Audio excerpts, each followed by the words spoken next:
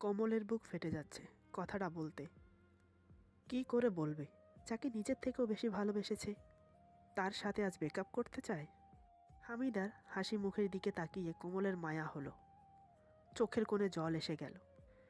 ধর্ম আর ফ্যামিলির জন্য আর কত ভালোবাসা শেষ হয়ে যাবে। আমার বড় ভাই আয়ুব মায়ের সাথে ঝামেলা করছে আমাকে নিয়ে। আজ স্কুল থেকে আসার সময় কিছু ছেলে আমার পিছু নিয়েছিল। ভাগ্যিস আসার সময় ভাইয়া দেখেছিল, তা না হলে আজ কী যে হতো। আমার নাম হামিদা আক্তার, ক্লাস 7-এ পড়ি। বাড়ি থেকে স্কুল বেশি দূরে না, তারপরও আমাকে নিয়ে সবার চিন্তা। 5 ভাই বোনের সবচেয়ে ছোট আমি, তাই সবাই বেশি আদর করে। আমার বাবা মস্কেটে থাকে, 2 বোনের বিয়ে হয়ে গেছে, আর 2 ভাই তারা এখনো বিয়ে করেনি। এক প্রকার বলতে গেলে দুজনেই বেকার। বাবার পাঠানো টাকাতেই চলে আমাদের সংসার। সারাদিন বাড়ির ভেতরেই থাকতে হয় আমাকে, স্কুল ছাড়া কোথাও বেরোতে দেয় না। স্কুলে সবার ছুটি হয়ে গেলেও আমি আসতে লেট হয়ে যায়, কারণ আমার টিউশন কমপ্লিট করে আসতে হয়। সবাই বলে এ এলাকায় আমার মতো সুন্দর আর কেউ নেই। আমাকে দেখলে যে কেউ থমকে দাঁড়ায়। আমাদের বাড়ি রাস্তার পাশে, তাই মাঝে মধ্যে পুকুর পাড়ে গেলে কেউ না কেউ দেখে ফেলে, আর অমনি ফেলফেল করে তাকিয়ে থাকে। একে অপরকে শুধু এটাই জিজ্ঞেস করে এটা কার মেয়ে। যারা আমার বাবাকে চিনত তারা বলতো এটা আব্দুল সালামের মেয়ে, আর যারা ভাইয়াকে চিনত তারা বলতো এটা আইয়ুবের বোন। তাই আমার জন্য রাস্তাঘাটে যাওয়া দুষ্কর হয়ে যেত। সেজন্যই বড় ভাইয়া মায়ের সাথে সব সময় ঝামেলা করে আমার জন্য একটা টিচার ঘরে রাখতে। টিউশনটা আমি যেন ঘরেতেই পড়তে পারি। স্কুল ছুটির পর সবার সাথে এলে কোনো সমস্যা হবে না। একা আসি দেখেই যত বিপত্তি। আমার মা শুধু একটা কথাই বলেন, আমাকে বলছিস কেন, তোর বাবাকে বল। আমার বাবা একজন মৌলবী, তিনি চান না কোনো পরপুরুষ আমাদের বাড়িতে আসুক, তাই আমার জন্য বাড়িতে কোনো টিচার রাখতে চান না। বড় ভাইয়া বললেন ঠিক আছে, আজকের ব্যাপারটা বাবাকে বলে ঘরে একজন টিচার রাখবো, বাহিরের কেউ না। আমার এক ফ্রেন্ড আছে, অনেক ভালো ছেলেও, ওকে বলবো হামিদাকে পড়াতে। ভাইয়া যা বলল তাই হলো, বাবার সাথে কথা বলে রাজি করালো। ভাইয়ার এক বন্ধু আগামী মাস থেকে আমাকে পড়াতে আসবে। সেও বাবা রাজি হতো না। যখন জানতে পারলো ছেলেটা হিন্দু ফ্যামিলিতে বিলং করে, তাই তিনি রাজি হয়ে গেলেন। ছেলেটার নাম কোমল রায়। ওর বাবা একজন শিক্ষক, আমাদের স্কুলের টিচার। মা বাবার একমাত্র ছেলে।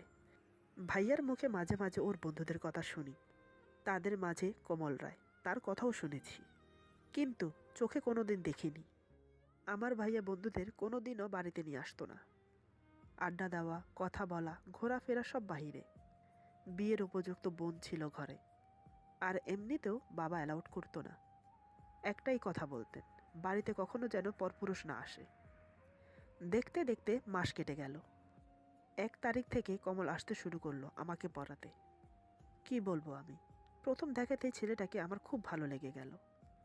যেমন দেখতে তেমন তার কণ্ঠস্বর, কথা বললে শুধু চেয়ে থাকতে মন চায়। এদিকে কমলও আমাকে পছন্দ করতো মনে মনে, কিন্তু কখনো বলতে পারে না। একে তো আমি ওর বন্ধুর বোন, দ্বিতীয়ত ক্লাস 7-এর ছাত্রী, বয়স কম। যদি কিছু মনে করি বা বড় ভাইয়াকে বলে দেই, সে ভয়ে কিছু বলছে না। এমনি পড়ার ফাঁকে ফাঁকে আমার দিকে তাকিয়ে থাকতো, এটা সেটা নিয়ে কথা বলতো। একদিন আমাকে প্রশ্ন করলো, আচ্ছা হামিদা, তুমি কি কারোর সাথে প্রেম করো? আচানক এমন প্রশ্ন শুনে রীতিমতো আমি ঘাবড়ে যাই, কারণ প্রেম তো দূর, কারোর সাথে দাঁড়িয়ে কথা পর্যন্ত বলতে পারি না। আমার বড় ভাই যদি জানতে পারে তাহলে মেরেই ফেলবে আমাকে। আমি মাথা নিচু করে বললাম না। কমল বলল, এমনিতে কেউ তোমাকে প্রেমের প্রস্তাব দেয়নি, এখানে বা স্কুলের কোনো ছাত্র? আমি মনে মনে ভাবছি ভাইয়া মনে হয় এগুলো জিজ্ঞেস করতে বলেছে। এমনিতেও অনেক ছেলে আমাকে প্রপোজ করেছিল, কিন্তু আমি রাজি হইনি। এখন যদি বলে দেই তাহলে হয়তো ভাইয়াকে বলে দেবে। আমি কিছু বলছি না দেখে কোমল আমাকে আবার বলল, কী ব্যাপার, কিছু বলছো না যে? আমি আবার বললাম না। কোমল এবার বলল, তোমাকে একটা ব্যক্তিগত প্রশ্ন করি, উত্তর দেবে তো? আমি বললাম, কি, বলুন। জানা থাকলে অবশ্যই বলবো। কমল এবার আমতা করে বলল, মানে বলছিলাম তুমি কি কখনো প্রেম করবে না? আর তোমার কাউকে পছন্দ হয় না? কিছু মনে করো না, এমনি জানতে ইচ্ছে হলো তাই প্রশ্ন করে ফেললাম। ওর প্রশ্নের কি উত্তর দেব? আমার যে ওকে পছন্দ। কি করে বলবো আমি আপনাকে পছন্দ করি? কথা এড়িয়ে যাওয়ার জন্য বললাম, আপনি বসুন, আমি ভেতর বাড়ির থেকে আসছি। এই বলে আমি চলে এলাম ওর জন্য চা নাস্তা নিয়ে যেতে। কমল বুঝতে পারল ওর কথায় আমি লজ্জা পেয়েছি, তাই আর কোনো প্রশ্ন করল না। চুপচাপ নাস্তা খেয়ে চলে গেল সেদিনের মতন। ওই দিন আমি রাতে শুয়ে শুয়ে কোমলের কথা ভাবছি। আজ হঠাৎ এই প্রশ্নগুলো কেন করলো? ও কি নিজে থেকেই করেছে, নাকি ভাইয়া ওকে বলেছে করার জন্য? কাল আসলে বরং জিজ্ঞেস করে নেব। কাল ঠিক যথাসময়ে কমল আসলো। কমল আসার ঠিক কিছুক্ষণ পর আমার আম্মু চাচিদের ওখানে যাচ্ছি বলে বেরিয়ে গেলেন। ঘর পুরো ফাঁকা, আমি আর কমল ছাড়া কেউ নেই। বুকে সাহস নিয়ে কমলকে আমি জিজ্ঞেস করলাম, কাল আপনি আমাকে ওইসব কথা কেন জিজ্ঞেস করেছেন? নিশ্চয়ই বড় ভাইয়া আপনাকে বলেছে জিজ্ঞেস করার জন্য। কিছুক্ষণ চুপ থেকে কমল বলল, না, তোমার ভাই আমাকে কিছুই বলে নাই জিজ্ঞেস করতে। আমি নিজে থেকেই তোমাকে জিজ্ঞেস করেছিলাম, কাল তুমি আমার লাস্ট প্রশ্নের উত্তর দাওনি কেন? আজ কি সেটা জানতে পারি? আমি বললাম, আমার কথা ছাড়ুন, আপনি বলেন তো, আপনি কি কাউকে ভালোবাসেন? কমল মনে মনে এটাই আশা করেছিল যে আমি ওকে জিজ্ঞেস করি। আর কিছু না ভেবে কমল বলল, হ্যাঁ, আমি একজনকে ভালোবাসি, তবে সেটা মনে মনে, প্রকাশ করতে ভয় পাই। যদি সে রাজি না হয় তখন আরেক বিপদে পড়ব। আমি বললাম, ভালোবাসলে সেটা প্রকাশ করতে হয়। কে জানে, হয়তো সে আপনাকেও ভালোবাসে, ট্রাই করতে পারেন একবার বলে দেখেন কি হয়। আমার মনটা মুহূর্তের মধ্যে ভেঙে গেল। কমল অন্য একজনকে ভালোবাসে, আমাকে না। কমল বলল, ঠিক আছে, তোমার কথা অনুযায়ী আমি বলবো আমার মনের কথা। ও লক্ষ্য করলো আমি গম্ভীর হয়ে বসে আছি। এমনিতে বাসায় কেউ নেই, এই সুযোগটা হাতছাড়া করতে চায় না। অতএব আমার সামনে হাঁটু গেড়ে বসে হাত বাড়িয়ে দিয়ে বলল, আই লাভ ইউ। সেই প্রথম দেখাতেই তোমাকে আমার ভালো লেগেছে। ধীরে ধীরে কখন যে তোমাকে আমি ভালোবেসে ফেলেছি নিজেও জানি না। সত্যি বলতে ভয় বলতে পারছিলাম না। তুমি যদি সবাইকে বলে দাও এই অধম তোমার প্রেমের পাগল, যদি গ্রহণ করো তাহলে আমার ভালোবাসা সার্থক হবে। আমি তো অবাক, হাঁ করে তাকিয়ে আছি। কি বলবো মাথায় আসছে না।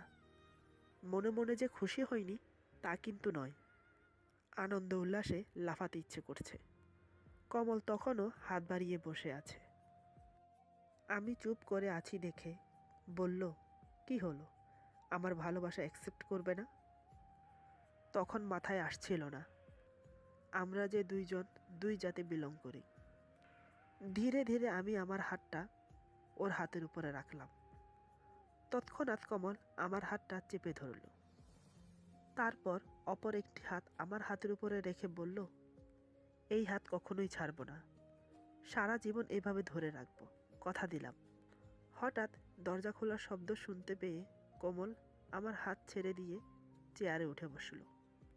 আমি একটু মুচকি হাসলাম ওর কাণ্ড দেখে। দেখলাম আম্মু এসেছে। তিনি আসার পর কমলকে নাস্তা দিলেন। সেদিন থেকে শুরু হলো ওর আর আমার প্রেম কাহিনী। আমরা দুজন ভুলে গিয়েছিলাম দুজনেরই ধর্ম আলাদা, প্রেমের সাগরে ভাসছি দুজন। কমল প্রতিদিন আসার সময় আমার জন্য একটি করে গোলাপ ফুল নিয়ে আসতো, কারণ ওর নিজের বাগান ছিল। একদিন আমার বড় ভাইয়ের সামনে বলল, আচ্ছা হামিদা, তুমি কি ফুল পছন্দ করো? আমি কি বলবো ভেবে পাচ্ছিলাম না, কারণ আমার ভাই সামনে বসে আছে, তাই আমি চুপ করে আছি। কমল আবার বলল, কি ব্যাপার, তোমার ফুল পছন্দ না? বুঝতে পারলো আমি ভাইয়ার ভয়ে কথা বলছি না। তারপর আমার ভাইয়ের উদ্দেশ্যে বলল, "কি রে আইয়ুব, তুই কিছু বল ওকে, তোর ভয় তো কথাই বলছে না।" তারপর ভাইয়া সম্মতি দিলে আমি বললাম, "হ্যাঁ, ফুল আমি খুব পছন্দ করি।" কোমল বলল, "তাহলে তো আর কোনো সমস্যাই নেই। আমার বাগানে অনেক রকমের ফুল ফোটে। তুমি তো যেতে পারবে না। একটা কাজ করি, আমি রোজ নিয়ে আসবো তোমার জন্য।" তারপর থেকে প্রতিদিন ফুল নিয়ে আসতো। এটা শুধু একটা অজুহাত ছিল আমাকে ফুল দেওয়ার জন্য। আমার ভাই বুঝতেই পারল না। এভাবে আমরা একে অপরের কাছে আসতে শুরু করি। আমাকে টিউশন পড়াতে আসলে মুখে হয়তো আমাদের কথা হতো না, কিন্তু ইশারাতে কথা হতো। সুযোগ পেলে আমার হাত ধরতো। আরেকটা অভ্যাস ছিল ওর, আসা মাত্রই আমার পায়ের উপরে পা রেখে বসতো। কেউ টের পেত না। টেবিলের নিচে অন্ধকার থাকতো, তাই কেউ ওই দিকে ধ্যান দিত না। যখন আমার মা বাইরে চলে যেত, তখন কোমল আমাকে জড়িয়ে ধরতো, ওর কোলে বসিয়ে আমাকে পড়াতো। একদিন আমি ওকে প্রশ্ন করলাম, "আপনি আমি আলাদা জাতের, আমাদের ফ্যামিলি মেনে নেবে?" কমল বলল, "এটা পরের ব্যাপার, দেখা যাবে তখন। এখন শুধু ভালোবাসার সময়।" এই বলে কমল আমাকে জড়িয়ে ধরল। আমাদের ভালোবাসার 1 বছর হতে চলল। চট্টগ্রাম জেলার পুরনো একটা প্রথা আছে। প্রত্যেক বছর মাজার দরবার শরীফে ওরস হয়। সেখানে মেলা বসে, দোলনা, চরকি, কসমেটিক শপ ইত্যাদি আয়োজন করে। আমাদের ওখানেও অনেকগুলো মাজার আছে, সেখানে এগুলোর আয়োজন হয় প্রত্যেক বছর। অনেক জোরাজুরির পর আমার ভাইয়া আমাকে নিয়ে গেল, সাথে আমার কয়েকটা বান্ধবী গেল। গিয়ে দেখি কোমলও এসেছিল সেখানে। এমন সময় হঠাৎ ভাইয়ার একটা ফোন আসে। ফোনে কি যেন কথা হয়। তারপর কোমলকে উদ্দেশ্য করে বলল, "তুই হামিদাকে মেলা ঘুরিয়ে দেখা, আমার একটা কাজ পড়ে গেছে, আমাকে এখন যেতে হবে।" এই বলে ভাইয়া চলে গেল। কমল তো হাতে চাঁদ পেল। এমন সুযোগ আর কখনো পাওয়া যাবে না। আমার সাথে যে বান্ধবীরা এসেছিল, ওরা সবাই কোমলের কথা জানে। আমাকে উদ্দেশ্য করে ওরা বলল, "তোরা কথা বল, আমরা নাগরদোলায় চড়ে আসি।" এই বলে ওরা চলে গেল।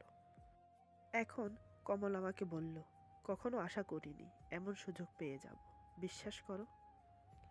আজ উপরওয়ালারও আশীর্বাদ আমাদের সাথে আছে। চলো ওই দিকটা যাই, সেখানে কেউ নেই, নীরবে কথা বলা যাবে।" মেলা থেকে একটু আউটসাইডে গিয়ে আমরা দুজন কথা বলা শুরু করলাম। কমল আমার একটা হাত ধরে বলল, "হামিদা, এমন একটা রাতে মেলায় তোমার সাথে দেখা হবে ভাবতেও পারিনি। সত্যি বলতে আমার যে কি আনন্দ হচ্ছে তোমাকে বলে বোঝাতে পারবো না। একটা কথা বলি?" আমি বললাম, "কি কথা বলুন?"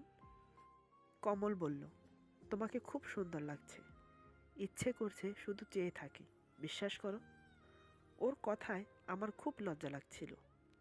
আমি মাথা নিচু করে দাঁড়িয়ে আছি। কমল বুঝতে পারল আমি লজ্জা পেয়েছি।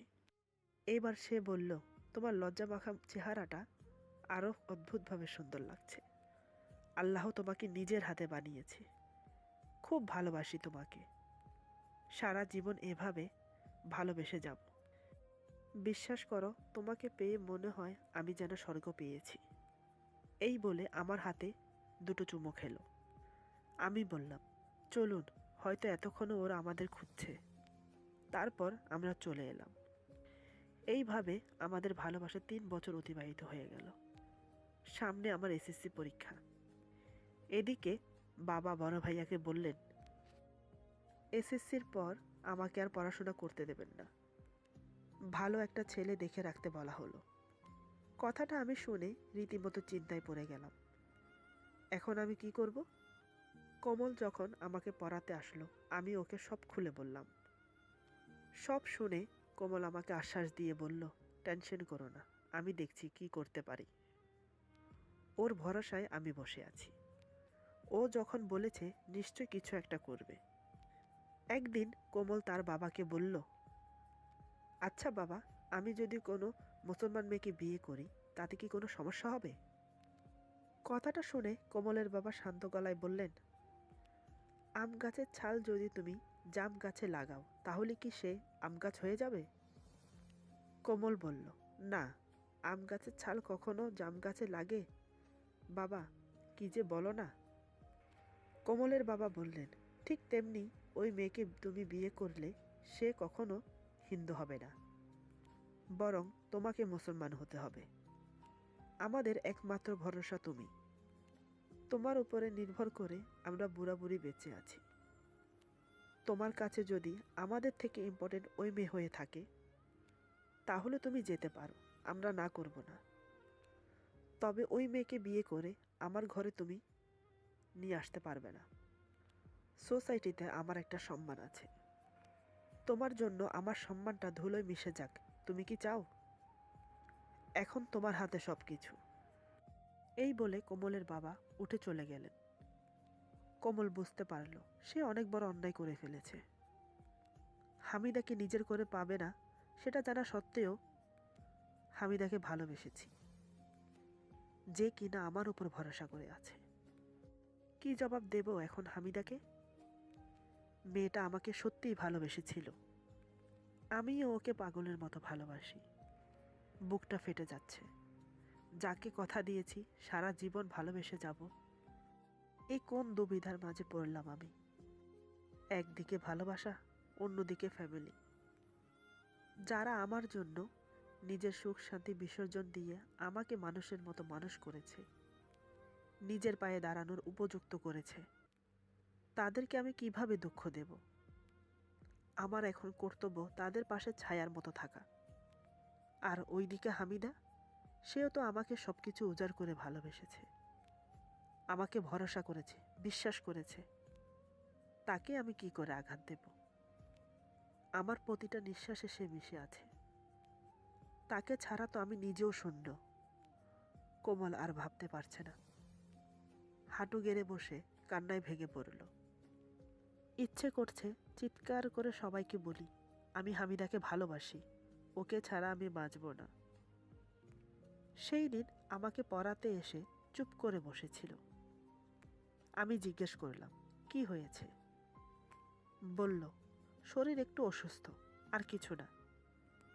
এভাবে কমল আমাকে পড়াতে আসলে আগের মতো আর কথা বলে না, আমাকে এড়িয়ে চলে। ব্যাপারটা আমি লক্ষ্য করে ওকে একদিন জিজ্ঞেস করলাম, কি ব্যাপার, আপনার কি হয়েছে? এভাবে আমাকে এড়িয়ে যাচ্ছেন কেন? আমি কি কোনো অন্যায় করেছি? কমল নিজেকে ধরে রাখতে পারল না, আমাকে জাপটে ধরে হাউ মাউ করে কাঁদতে শুরু করলো। আমি এক প্রকার অবাক হয়ে দাঁড়িয়ে আছি। এটা কি হলো? ছোট বাচ্চার মতো কাঁদছে কেন কমল? কি হয়েছে ওর? ও আমাকে জড়িয়ে ধরে কাঁদতে কাঁদতে বলল, হামিদা, এই কয়দিন তোমাকে এড়িয়ে চলার মানে তোমাকে ছাড়া আমি থাকতে পারবো কিনা সেটাই ট্রাই করেছি। আমি পারবো না, কিন্তু আমার যে হাত পা বাঁধা, আমাকে যে তোমাকে ছাড়াই থাকতে হবে। আমি কিছুই বুঝতে পারলাম না ও কি বলছে। আমি ওকে সান্ত্বনা দিয়ে বললাম, কি হয়েছে খুলে বলুন আমাকে, টেনশন দেবেন না। তারপর কমল ওর বাবার সাথে কি কি কথা হলো সব খুলে বলল। ওর কথা শুনে আমি ধপ করে বসে পড়লাম চেয়ারে। হাত পাগুলো যেন ভেঙে গেছে আমার। ঠিক তেমনই ফিল হচ্ছিল। আমার এতদিনের স্বপ্ন সব ভেঙে চুরচুর হয়ে গেল। এখন আমি কি করব? কমলকে ছাড়া আমার কোনো অস্তিত্বই নেই। আমার সুবাসাম সব কিছু ওকে দিয়েই শুরু। ওকে ছাড়া আমি বাঁচব কিভাবে? আমার পরিস্থিতি দেখে কমল আমাকে বুকে জড়িয়ে ধরে। এবার আমি চিৎকার করে বললাম, বলুন এগুলো সব মিথ্যে? আপনি আমার সাথে মজা করছেন? আপনি খুব ভালো করেই জানেন আমি আপনাকে ছাড়া থাকতে পারবো না। আমি আপনাকে অনেক ভালোবাসি। কেন আমার সাথে এমন করছেন? আপনি আবার কথা বলুন বাবার সাথে, হয়তো রাজি হয়ে যাবেন তিনি। কোমল আমার মাথায় হাত বুলিয়ে বলে, প্লিজ তুমি শান্ত হও। তুমি তোমার কথা বললে, আর আমি কি নিয়ে বাঁচব? আমি যে তোমাকে ছাড়া থাকতে পারি না, কিন্তু তারপরও আমার মা বাবার জন্য তোমার সাথে ব্রেকআপ করতে হবে। তোমার জন্য আমি আমার মা বাবাকে কষ্ট দিতে পারবো না। আমাকে তুমি মাফ করে দিও। তখনও আমি কমলকে জড়িয়ে আছি। এবার আমি ওকে ছেড়ে দিয়ে রাগিত সুরে বললাম, আপনি জেনে শুনে আমার